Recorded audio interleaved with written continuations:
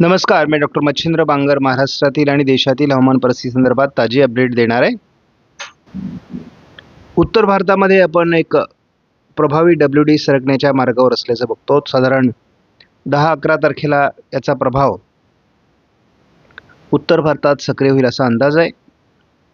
बंगालच्या उपसागरात अंदमान निकोबार बेटांच्या दरम्यान देखील पावसाळी परिस्थिती आहे.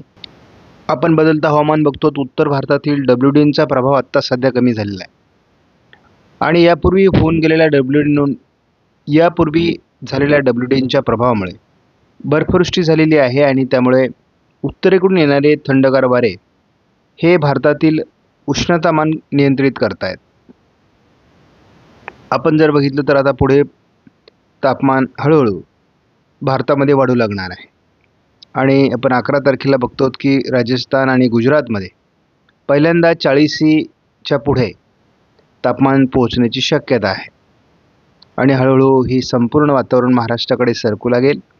आणि माझ्या संपूर्ण सबस्क्रायबर्सला माहिती आहे, कारण जे नियमित व्हिडिओ बघतात, की हवामान ही सातत्याने बदलणारी गोष्ट आहे आणि कालचा अंदाज आज तसाची तसा कधीच राहत नाही, तो बदलत असतो आणि म्हणून आपल्याला दररोज सकाळ संध्याकाळ आपण अपडेट देत असतो. आता आपण बघतो की मध्य प्रदेशमध्येही 40चं तापमान हे 13 तारखेला होण्याची शक्यता आहे आणि तीच परिस्थिती महाराष्ट्रामध्ये सुद्धा 14 तारखेला होणार आहे. म्हणजे एकूणच भारतामध्ये आता तापमान वाढण्यासाठी अनुकूल स्थिती निर्माण होऊ शकते. मात्र यामध्ये चढ उतार होईल, कारण ही सातत्याने 40 अंशाची टप्पा जो आहे तो राहणार नाही, तो कमी अधिक होईल. आणि याचं कारणच असं आहे की उत्तरेकडून वारे आले की पुन्हा तापमान नियंत्रित होतं. दक्षिण म्हणजे केरळ, तामिळनाडूमध्ये सुद्धा बर्फवृष्टी होण्याची शक्यता आहे किंवा आपण त्याला म्हणू की गारपीट होण्याची शक्यता आहे. त्यामुळे त्याही ठिकाणी थंडीचं प्रमाण वाढण्याचा अंदाज आहे. सध्या आपण बघतो भारतात फारसं पावसाळी वातावरण नाही. साधारण आपण बघतो 10 तारखेपासून उत्तर भारतात पुन्हा एकदा WDचा प्रभाव सुरू होऊ शकतो. अंदमान निकोबार बेटांच्या दक्षिणेला कमी दाबाची निर्मिती होऊ शकते.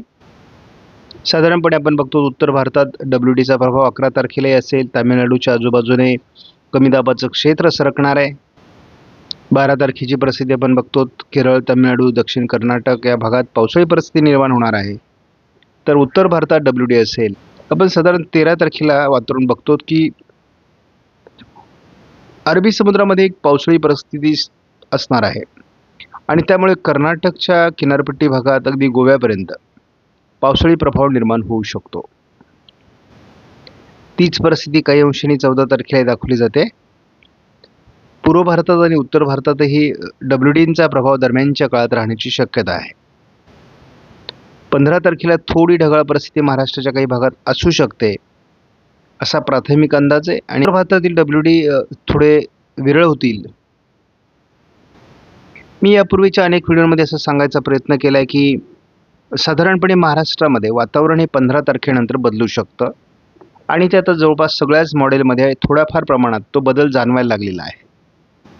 आता महत्त्वाची गोष्ट अशी आहे की साधारणपणे WD हे उत्तर भारतामध्ये 15 मार्चनंतर कमजोर व्हायला लागतात आणि 31 मार्चपर्यंत त्यांचा प्रभाव खास करून असतो आणि त्यानंतर मग मान्सून पूर्व पावसाचा प्रभाव वाढायला सुरुवात होतो दक्षिणेकडून.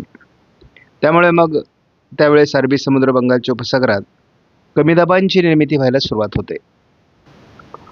आपण बघतो महाराष्ट्रामध्ये 17 तारखेला महाराष्ट्रात पावसास अनुकूल अशा प्रकारची ढगाळ परिस्थिती निर्माण होताना दाखवली गेली आहे. तर होऊ शकतं की महाराष्ट्रामध्ये आता वातावरण मान्सून पूर्व पावसासाठी 15 तारखेनंतर बदलेल आणि त्यामुळे शेतकऱ्यांची जर काही शेतीची कामं बाकी असतील तर त्या दृष्टीने शेतकऱ्यांना नियोजन करायला हवं. आपण थोडंसं बघूयात की 17-18 तारखेच्या दरम्यान दक्षिण भारतामध्ये जोरदार अशा प्रकारचं कमी दाबाचं क्षेत्र तयार होणार आहे आणि याचा परिणाम महाराष्ट्रापर्यंत पोहोचण्याची शक्यता आहे.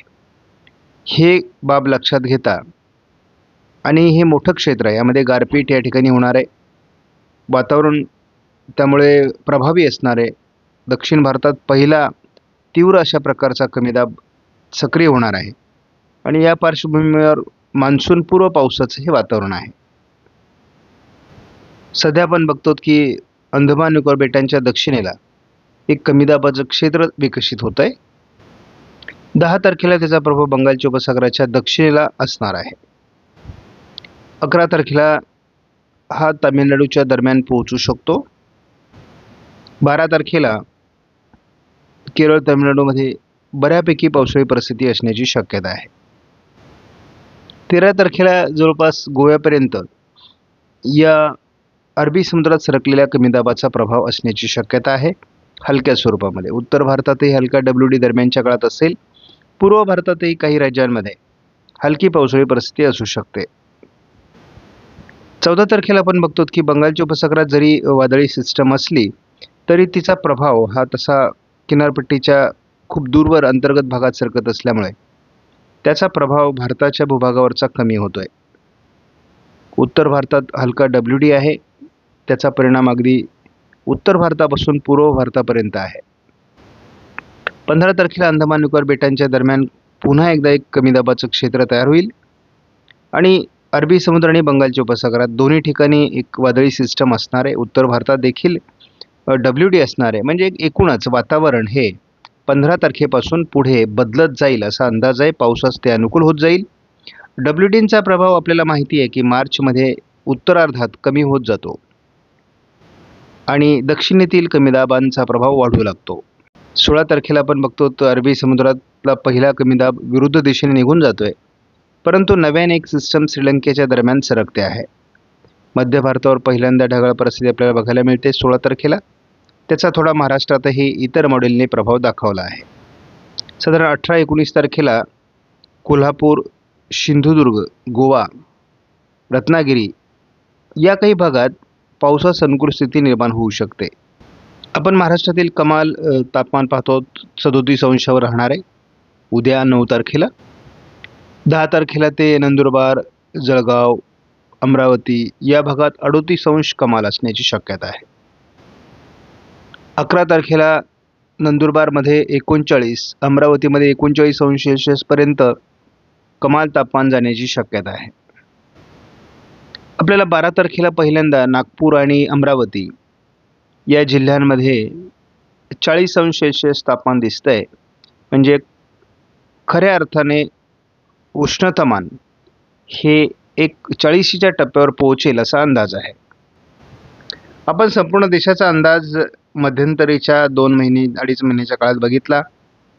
महाराष्ट्रामध्ये पावसाळी परिस्थिती नसल्यामुळे महाराष्ट्रावर आपलं थोडं लक्ष कमी होतं, परंतु आता महाराष्ट्रात देखील वातावरण बदलणार आहे. हळूहळू ढगाळ परिस्थिती 14 तारखेपासूनच सुरू होईल असा एक प्राथमिक अंदाज आहे. आणि आपण बघतो की जवळपास 15 तारखेला देखील काही विभागात ढगाळ परिस्थिती अधिक वाढू शकते महाराष्ट्रामध्ये. आणि हा हवामान बदलाचा टप्पा आहे. साधारणपणे पावसाचं हलकं वातावरण देखील काही विभागात या दरम्यान तयार होऊ शकतं. हवेचा दाब हा 1010 हेक्टोपास्कल महाराष्ट्रामध्ये तयार होऊ शकतो. आणि मान्सून पूर्व पावसाचे जे टप्पे आहेत त्यातला पहिला टप्पा हा 15 तारखेपासून पुढे बदलेल. सर्वत्र पाऊस होईल किंवा खूप पाऊस होईल असं नाही, परंतु हवामान बदल झाला आहे. आता आपण मान्सून 2025च्या टप्प्याकडे सरकतो आहोत.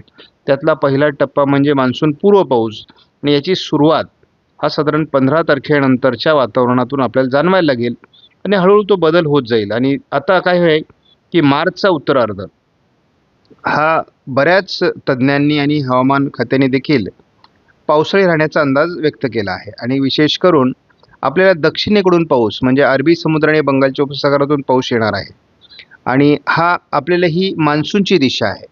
आणि त्यामुळे या दृष्टीने आपण आता यापुढे नियोजन करणं आवश्यक आहे. आपल्या शेतीची काही कामे असतील तर ती आता नियोजनबद्धपणे पूर्ण केली पाहिजेत. आपणास व्हिडिओमधील माहिती महत्त्वपूर्ण वाटल्यास लाईक करा, शेअर करा, चॅनलला सबस्क्राईब करा. धन्यवाद. जय हिंद, जय महाराष्ट्र, जय बळीराजा.